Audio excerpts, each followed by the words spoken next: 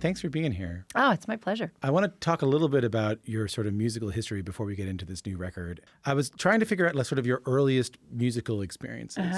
And there's one I found I wanted to ask you about. So as far as I can tell, one of the earliest musical experiences you had was being in the kitchen, and I believe it was your grandmother and your grandfather were playing. Your grandmother was my playing first memory. Yeah, grandmother's playing harmonica. Grandma is is on her mouth harp, it was called. Yeah. But that's a harmonica. Did they call it a mouth harp in Newfoundland? Yeah, I think we called it the mouth organ. She called it her mouth harp, which is so sweet. And your grandfather and played my grandfather was playing the fiddle, and I'm just bouncing on his knee, and they're a duo. And that's my literal very first memory of my life. What kind of music was it? It would have been like a sort of, traditional, like kind of a folk vibe. Like Ukrainian music or? I don't know. I think it had to be bouncy enough because I was bouncing around on the knee. And also in the Prohibition years, they were the entertainment at the halls. People would bring their moonshine and my grandparents would be the people who played. And I think what's interesting about it is that, I have this really independent career of my own. When I met my husband, I never would have thought of playing music with someone, but somewhere I think buried in my subconscious was this schema of what partnership looks like. And I think for me, it was like, you play music with your significant other. And eventually that came to the surface for sure for me. Yeah. What's your earliest memory of sitting down at the piano? Well, that might be a bit clouded because I am a baby in some photographs and I'm at the piano. And then really, I can just remember being like, my feet didn't touch the pedal and I just knew how to play when I got to the piano. Like what? Like what would you play when you were anything? Like what? I would play the melodies that were on the radio, on the TV. Like if it was the Electric Company or Sesame Street or the Haggard Hardy song that was popular or Double Fantasy. Do you got anything there? Do you got anything that you would? Well, I can remember what was that? What was the one that was really popular? I think even David Foster wrote something that was just a piano only. Do you remember that? This is the Chariots of Fire? I mean, that was huge for me. And I was very little pling that. Yeah. Do you remember I haven't played it since then. Come on, try it. It was like, I remember just being like,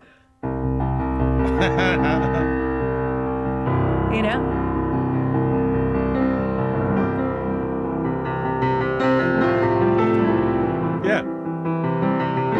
And it's like this very dramatic thing. And my hands can go, my width here is like an octave and a half because from very little, I had small little hands and I had to figure out how to do these, octavey things. And I don't know, I was just nuts. I heard one of the first, when you started writing music, one of the first pieces you wrote was the theme song for your dad's company. I did, yeah. Arco. I did. I was about 12 when I did that because I started going over to Dan's studio. Dan? His name was Dan Schur. He was like kind of the first person that I worked with on a more like artist to producer level, I would describe it. He did jingles. He was a young guy doing jingles at a kind of a hole in the wall studio in the worst part of town. But that was who did my dad's jingles. And I remember him saying to me, I'm going to ask this guy for you to go over because I think you could help. And I think in retrospect, he was probably trying to appease like this client's daughter, or the client. But I got there and I was a huge tool for him because I was so fast with my harmonies and recording the melodies that he had for all of his different jingles he was doing for all these clients. Do you remember the theme that you I wrote? do, yeah. The jingle was, get into the sun. I'm just thinking, get into the sun, get into the water, get into Krevko. And then it had It was a pool company, right? It had a super chorus. I would go, sun, water, Krevko. Like I knew you had to keep going. Like do one and hit again. Like I don't know. I just kind of knew what that meant. I think from when I was little. It's clear reading about you early on that the piano was a place of comfort for you. Yeah, it's definitely my superpower. Yeah, like when you were, even when you were a kid, it seems like the piano was a place for like safety. Absolutely. If things were challenging, it was a place to go. When did the piano start to become that to you? Always, like since I can remember. Go and sit at the piano and then everyone knows how you're feeling. What do you mean? Like if you were feeling frustrated, if you were feeling... Yeah, I've never ever had to feel lonely. Like I've never had to feel alone because I had somewhere to go to, a place of comfort. I think I'm resilient and just, I'm a bit rocky, because I've never had to feel so defeated because the piano is like my person, my love. When does the songwriting that's not jingles for your dad's pool company, when does songwriting that's a little bit more personal? I was already doing that. By the time I was that age, I understood this is a commercial jingle. But I was writing songs since I was really little that were personal songs. And what could you have been writing about when you were 12 and 15 years old? I remember being on the school bus, and my friends that I went to school with, they'll still sing the song I wrote and made the whole bus sing about the homelessness on the way to the school on the bus. You were writing songs with a social message when you were 12 and 15 years old? Even young. I think it was probably 10 or 11. I wish I could remember how that one. Yeah, I'm trying to remember. That one went like something like, where do they go when it's cold outside? And who do they turn to make the darkness light? It was like that. And the kids remember it, and we joke like now to this day. All my friends, everybody who knew me, they all were like, oh yeah, that's what, Chantal's going to do, like for sure. But you didn't seem to believe that. Like, for what's really clear to me is that you were a prodigy, and I'll say that. You were a prodigy. You obviously had incredible pitch. You obviously had an unbelievable ear. You were writing real songs when you were very small. But everything I read about you says that music was not something you thought you could ever pursue. Stardom, all that stuff. No, that was never. I don't know that I could relate with the idea of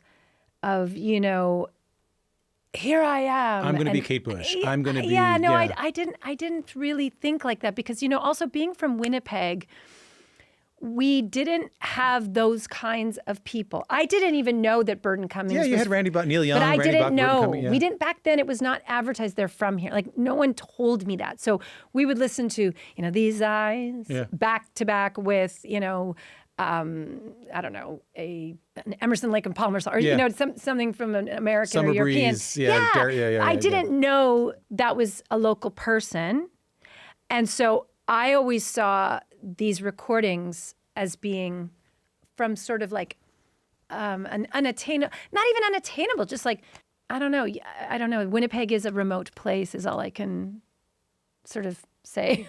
So what changes is interesting, but I can't seem to put my finger on why this changed it. The story that I am told is that when you were 19, you got in an accident on vacation in Italy. Yeah. And it was after that accident, you were run over by a bike or something like that? Yeah, no, I couldn't, I was in like a sort of terrible accident in which... That still affects you, right? Of course, yeah. I have paresthesia. I don't feel... What's paresthesia? I don't feel anything in the bottom of my face at all. So I'm speaking to you or I'm singing like... I have to really work at that. I don't have paralysis, but it's something like, I have my little cross to bear. So you were in a pretty horrific accident. And when accident. I was in the accident, I couldn't go back to university that fall. I tried, but it was impossible. I couldn't get around yet. And I had doctor's appointments and these sort of follow-up procedures and surgeries and so on. And so...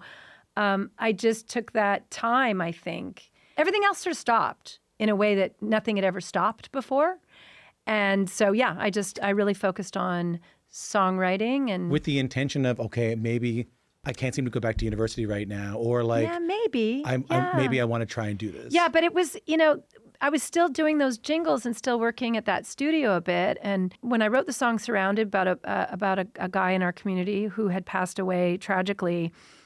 My friend heard it that I was working with, and I can't even remember if he told me, but he put it in an envelope and he sent it to Mike Roth at Sony.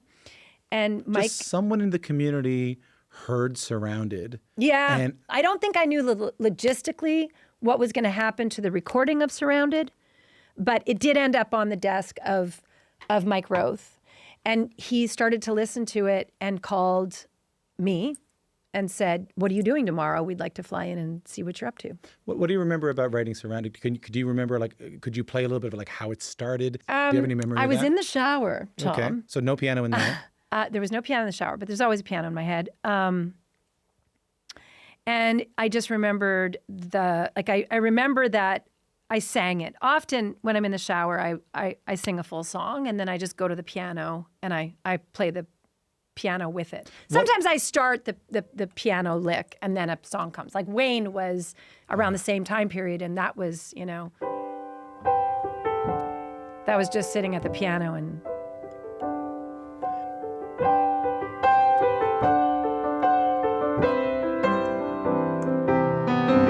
I'll be the girl with the long blonde hair, the really pale skin if you care.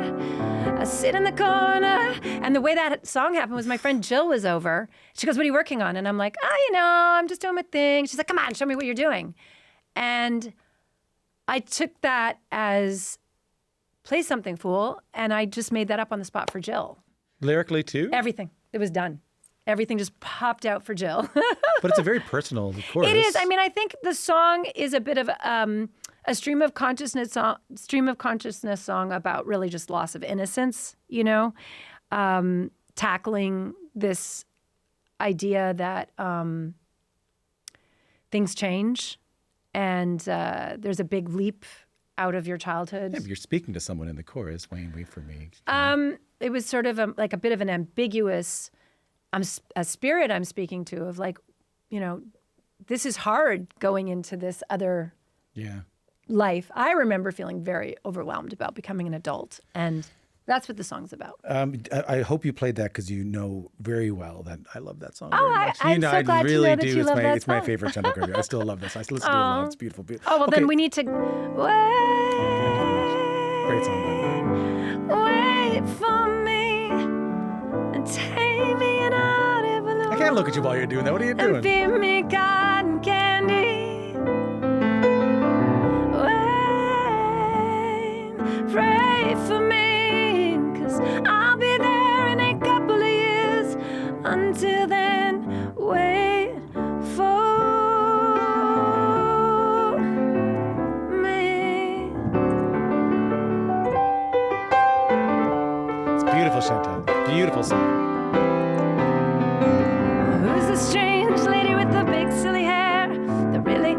Anyway. Ah, come on. I have no idea what to do with my emotions while you do that. And I'm very, very good at handling it when I sit down and talk to people. Oh, so is this I'm going to make you cry at some point That today. was a very, no, it's just a very strange thing you can imagine when a song you really love and means a lot to you, when the songwriter sits across from you and looks at you and plays it, you can imagine, I'm sure you may have had that experience. It is a very interesting feeling. Yesterday, it moved me a lot. I wrote with a young woman who has such an incredible voice. Her name is Dominique. She's actually I think she's signed to Sony here out of Toronto. And I love working with like talented young people. I think as a songwriter, it's hard when,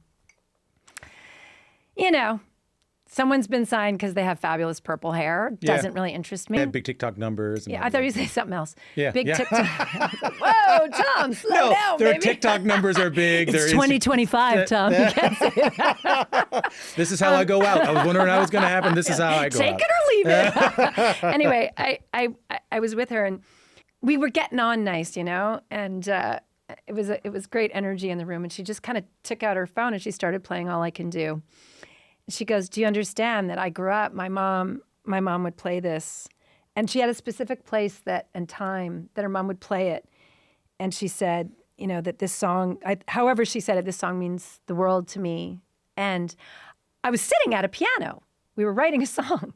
I said to her, "Oh, I play it so differently than that now." And I literally just started to play it. And she came alive. Like she was levitating from that experience of having grown up with it, and then seeing it come to life. It was a really, really beautiful thing. And I think that as you get older, the nice thing, there's many, many nice things about, having done this for a long time. But the nice thing now that I noticed about, for example, yesterday, is that I can almost like celebrate that with her. Like I can be excited about that happening and it doesn't go to my head or something. It's not like it's, and then I separate myself almost from, because it's not mine. It's something in all of us together. You offered it up. It's just this really neat thing that can happen now, and I love that. This is exactly where I wanted to be. So what we're talking about is these really deep, comforting songs that came out of a deep, comforting relationship with the piano. Certainly. Surrounded, written about this unbelievably tragic death in with one of your close friends. Yep. These songs. We're talking a little bit about what these songs mean to me and to people like me. And then at a certain point, I start hearing that Chantal Kreviazuk is writing songs for other people. I think it was around Avril Lavigne. Yes. Like, hey, did you know that some of the songs in this record were written by Chantal Kreviazuk? Why did you want to start writing songs for other people? Not everybody who is in that, some people, but not every, like Randy Newman, but like not everybody in that path that you were in goes into that line. I know exactly why. I come from Manitoba. And when I was 26 walking down the aisle and I had family come from Manitoba to Toronto to, attend our wedding, I remember I walked down the aisle with many layers of feelings. And one of them was, my God, I'm an old maid. Everyone married so young and had kids young where I'm from. Yeah, my parents are from farm community. You know what I'm saying? Yeah, I know what you mean. Yeah. And I think that being a really family-oriented person is so baked into me. And I saw Avril at a party, and Rain already had this friendship with her because they'd been on tour together. I don't even remember if Rain was at the party, but I saw Avril alone. And she was really young and very by herself. And I walked up to her and I said, hi, I'm Chantal. She goes, well, I know who you are, And I was like, well, let's hang out, girl. Where's Rain? Or it just kind of went like that. And next thing I know, we were fast friends, and we were buddies. And she responded well to being around another singer-songwriter woman, I think, who was maybe a little older than her. Yeah, but had big hits and was signed to a she record kind of label. probably grew up with some of my songs. Yeah, You know what I mean? yeah. I mean, she was a much bigger artist than me in terms of like audience. She had Sure. a global audience. Yeah, and but so she on. would have grown up hearing the same songs that That's I did. it. Yeah. And honestly, writing songs that year while I was pregnant with my first, and Avril, was with us, and having that experience showed me that, I can be home with my baby, and I don't have to chase this like group of songs I wrote around the world. I can write them for people who are at a time in their life that they don't want to be at home, that they want to go out and market their songs and be a vehicle for their songs. Yeah, and you can make money and you can support your family. And I can support my family and do the things, and I can still dip into my artist career, but it maybe doesn't have to be so intense. I can be more sort of situated. And I feel like it sort of worked because I'm still married and my kids still talk to me. So What was the first cut? What was the first hit? What was the first hit that made? Because the way it works in songwriting too is once you get a hit, people start. Yeah. So what happened was I wrote, Rain and I, wrote and produced and collaborated with Avril on most of the songs on Under My Skin. Mm-hmm. So then the phone was ringing. But what was your first big hit? So she did release the song, He Wasn't, which I did record a version of it for this little In My Own Voice album. How Does It Feel, which is also in there. But then when the phone started to ring, we wrote on Kelly's breakout album called Breakaway. Kelly Clarkson, yeah. That had Since You've Been Gone on it. So that was an amazing vehicle, obviously. And then we had a big single in Walk Away, which is on my album. That was really fun. That was the first time I was like, whoa, because He Wasn't was a single, but I noticed on Walk Away, because it was like, I think it was even maybe it was an early single on that record, I think. Like someone sent a toothbrush to the house that sang Walk Away to me when I opened up the package. So I was like, oh, I think we have a pretty big hit here, because they had gotten it at a drugstore. Could you give me a tiny little bit of that? Of Walk Away? Yeah. The way I do it is kind of like, you've got your mother, every other sister, brother, undercover telling you what to say. You think I'm stupid, but the truth is that it's Cupid, baby, loving you has made me this way. So before you point your finger, get your hands off of my trigger. You need to know the situation's getting lower now. The more you talk, the less I can take. I'm looking for attention, not another question. Should you stay or should you go?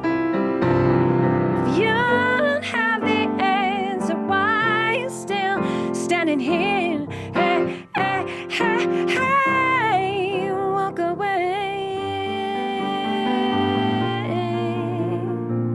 Walk away. Big song. Big song.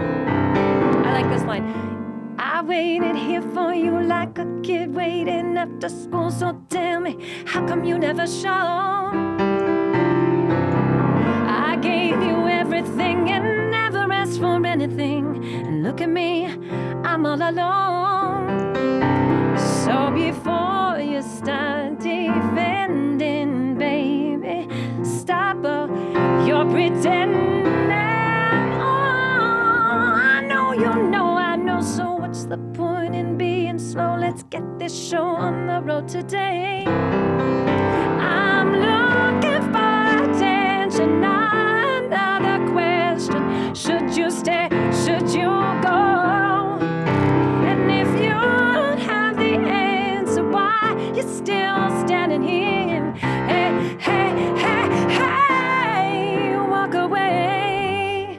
Yeah. Beautiful, Chantal. Thank you so you. much. Beautiful, Chantal. It's just gorgeous. That one's fun, and I've actually done that one for years. I've played that one with orchestra for years, and you know, I think actually how it is on the album is even more like could be in a horror film, could be what you put your baby to sleep with that night, like really, really, really, really broken down. Like that is writing a song so that Kelly Clarkson or Pink. Oh, or that other was a people sing pop it. song. What Yeah. about the Drake stuff? Like when the story I heard is that you ran into Drake at the Thompson Hotel here in Toronto. You say we should collaborate sometime. That evening you go to the studio. He's there with 40 Noah Shabib, who's like his longtime. No, he said 40's already there. Go. Right. I'll come there when I'm finished this thing. And I was like, okay. But isn't that different? Isn't that writing a hook for? Well, no, that was a song. It's actually a verse and a chorus. So people are always like, oh, you did a great hook. It's a full verse and a full chorus. Did you have it ready when you went in? No. or- And I actually can't even remember. I feel like 40, you'd have to ask him, but I feel like he may have had something going already and I may have sang to it. I can't remember. I very, very often, to get something that caliber, I usually put my hands on the piano. In sessions, that's what I like to do.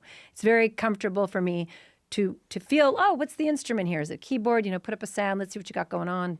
And then I hit it, and then that's when, you know, the magic kind of happens, if you will. And I think he took to it right away. I was obsessed with that song. I was very, very, it was the first song they recorded for Take Care. And so I had to wait like a flipping year, and I drove them crazy because I was like, hey, what's going on? Can I come fix that up? Like I wanted to keep singing it and keep it alive. Yeah. Because it's really hard to keep songs alive for projects. It just occurred to me that you worked with Drake and Kendrick, which is very, very interesting right now. It is, yeah. But did that Drake tune open you up to doing more collaborations with hip hop? Is that how the Kendrick thing came It's definitely to you? how the Kendrick one came along, yeah, because not long after that came out, maybe within 2 years or something of that coming out, I received a call from our A&R person at Sony Publishing out of LA, this great guy called Sam. So Sam called me and said, I'm working with a great producer right now, and I think he's, you know, pretty locked in with Kendrick. I went in and I worked for a long time on and off on To Pimp a Butterfly. And, you know, Kendrick just had an incredible array of artists around him. To be honest with you, it wasn't that much of a different scene.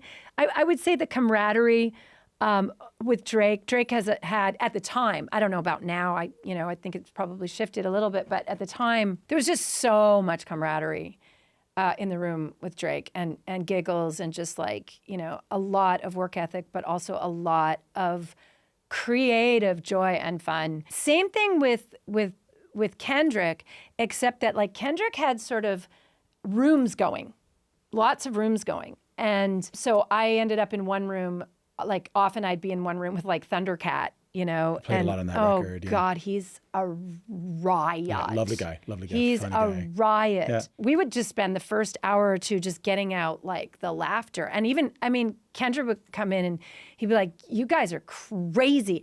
And then I would say to Kendrick like, oh gosh, are we too nuts? And he'd be like, no, the nuttier the better. Right. Like keep going, you know? So he had this great way of making people feel just really disarmed and comfortable. So I wrote a bunch of great bits, brought in full songs. A few things got produced and seemed like they were for sure going on to Pimp a Butterfly. And then at the last minute, I got a phone call, hey, what are you doing next weekend? I was like, I'm around. And they said, okay, well, we need you to rehearse all week, and then we're going to New York to rehearse for a week at Saturday Night Live, and the song "Pay for It," and I'm like, "Pay for it," because I didn't think "Pay for It" was the one.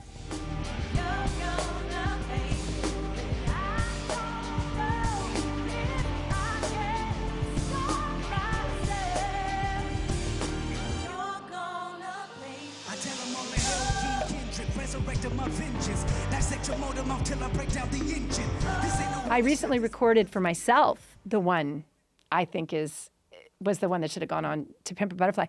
It was called "Happy for You," and it's one of my favorite songs I ever wrote. And I think Are you allowed to play it?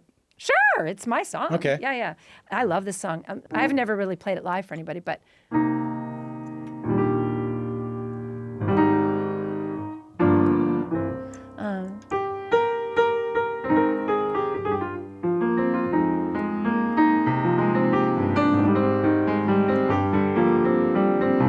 Yeah, I got it. Okay. I'm happy for you. Yes, I'm happy for you. I'm happy for you. So happy for you. If I say it again one more time or two, then it might be so. I'm happy for you.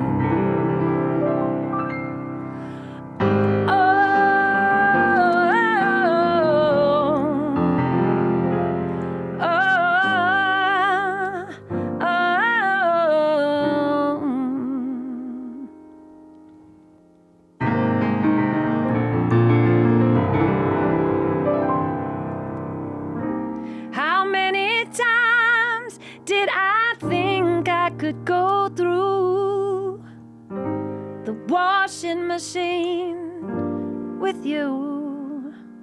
How many times did I drink to make it up?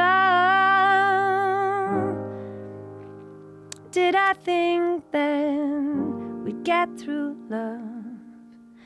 I'm happy for you. I'm happy for you. I'm happy for you. Look in my eyes, it's true. If I tell myself one more time or two, then it might be so. I'm happy for you.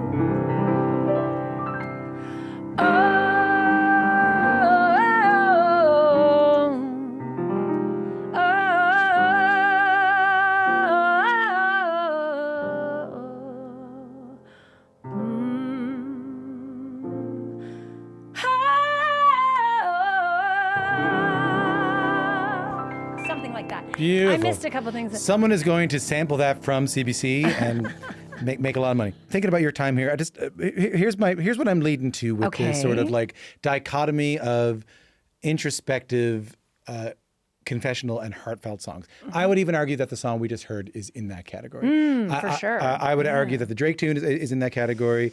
I would argue the Avril tunes are in that category. Mm-hmm. I'm interested in emotional output versus craft. Mm-hmm. So let's talk before we go about, say, Rich Girl, Gwen Stefani. Mm-hmm. How does that song come out? Is that pure work ethic? That was work ethic quite a bit. Listen, give me 5 minutes, I can write you a hit song. No, that's not how that happened. That was intense. That was, hey, Jimmy Iovine needs you to come down here. Legendary record impresario. That was like UMG, like, okay, coming right now. Let me drop everything. There's a song, that there's a track right now that Dr. Dre made, and with the Fiddler on the Roof hook in it. The Fiddler on the Roof hook, kind of like On the Field This Moment. That was the plan. Right. Whether I was in the part of that plan, no, but the producer knew. We are, basing this around, If I was a rich man. If I was a rich man, yeah. And so they put the track up, and there was me and another writer there, and it was like dueling writers. Jimmy would come check back in the studio and say, what do you got now? What do you got now? And so I remember, na na na na na na na na na na na na na na na. That was my hook. And I remember when Jimmy was like, no, yes. And he liked my hook. And I was like, yeah. And it's like they put that thing in front of writers, like it was just so instant to have somebody say that hook. It was wild. And I'll be in the grocery store, and it comes on, na na na na, and I'm like, because I can hear my voice in it too. Oh, you're on there? I don't know, probably. They often keep like demo singers layers in tracks, so it's pretty funny. So talk to me a little bit before we go about why you wanted to sit down at the piano and do these songs yourself, which I was really, or like why you wanted to sing some of these songs yourself. And I mean, what my understanding of it is that on TikTok, you start putting up these little snippets of you talking about the Drake song, talking about Feel This Moment. Yeah. One day when the light is glowing, I'll be in my castle golden. But until the gates have opened, I just want to feel this moment. Talk to me a little bit about how it feels when you were sitting down, sort of reclaiming these songs. Yeah, it is a bit of a moment because I do feel like, listen, what did Miley say? I can buy my own flowers. Yeah. That's how I feel. Like, respectfully. What do you mean? I mean, it's just a sea, right? That world of, it's just like a needle in a haystack for somebody. I don't even know how. Like, there's 13 songs on the album, and they're all known, like superstar, hits or sang by a superstar or whatever. And that's a miracle. Like, to me, that's like miracle after miracle after miracle. Like, it's a joke. I don't even know now, to be honest, how that happened. But I can tell you that it's a fast-moving world, and you're not entitled to stay in any crew. And now it's even harder. And I would totally say hi to every person, I would think, almost, that I have, collaborated with. But like some of these songs, I can say quite, I think, confidently that they were a pretty big part of that person's journey. And I don't want to say that, you get left in the dust, but a little bit. And what I'm seeing now, and I don't mean to sound controversial about it at all. I'm extremely grateful for even just the practice of it, to get in the room and work with the artists, even that the songs didn't blow up or they didn't even end up on the record. Those were always opportunities for me. But I'm at this point now where it's like I don't feel the same kind of like I'm betraying them if I go and I sing the song. I just don't. I think, time passes, and there's like a little bit of less of an attachment to how those people are feeling. I don't really know them per se. I don't break bread with them, and I just feel like, They're my songs. I feel like maybe there are ours, but I like them. Yeah. I like those songs. I like how it feels to sit down and play them. And I do it at my show. And so I don't know, like, what's the difference at this point? I don't know if they would care. And I think maybe even they would like it. Like, it doesn't hurt the song. They probably in some cases, I mean, I saw what happened, for example, when we did Feel This Moment. The song blew up again for It blew up. And they've been touring, and all sorts of great things happened. And this song, had a whole new life. But like, that doesn't do much for me. Do you know what I mean? And so it's like, I want to tell young people, young artists, they say, how do I break in, blah, blah, blah. You have to be your own vehicle. You have to fall on your own sword. You have to get out there and you don't think you have a great voice. If you can write a melody and sing it, get good. And go and sing your own song and be brave and put yourself out there. Because at the end of the day, this business, the world, the tech, all the things are changing it's coming constantly. Yeah. And I just feel like the only thing I know for sure is me and this piano and that I can sit and play my songs. And they're sitting right there like a harvest. Like, why wouldn't I pluck those flowers for myself? Like, it's time. What I've learned from the conversation today is I thought it was a dichotomy of, like, I thought the contrast to be made was heartfelt Wayne versus rich girl. But I'm learning that actually, if you go back to the Krevko theme, you have been doing both of these things for a long time. Yeah, and you've had a gift for melody, you've had a gift for hook, you've had a gift for pop for a very, very, very long time. I want to show you one last little thing about songs I write, even if they are poppy, okay? Yeah. I always, it's maybe it's signature me, or maybe it's just writers, I don't know. But there is always like, something, like, I can't explain it, but pain. There's some kind of angst or suspension, like something to my melodies, even if you look at my dad's song, get into the sun. Yeah.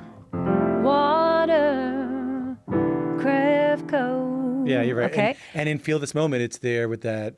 One day when the light is glowing. Ooh. Actually, I love how that one starts though, because I'm doing it like it's in another key. Hold on. I don't even know what key I perform it in. Oh yeah. So.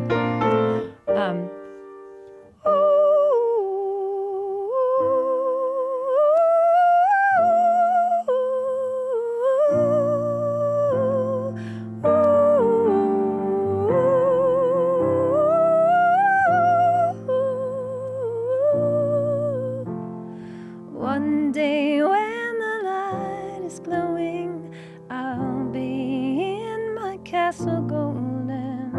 But until the gates have opened, I just wanna feel this moment. Oh, I just wanna feel this moment. Oh, I just wanna feel this moment. I understand what you mean. There's a darkness, there's a drama. Always. There's love. There, to me, it's like there's got to be these like few things in a song. To me, when I write a song, I want to feel hope. I want to feel the pain and suffering, and I want there to be something like a love, a comfort, a blanket. Like I want all those three things. Like I want to be held by it at the same time. It is so excellent to have you in and play some of these songs and talk a little bit about your journey from Winnipeg to the top of the charts, man. Aw, thank you so much. Yeah. It's wonderful to see you as always.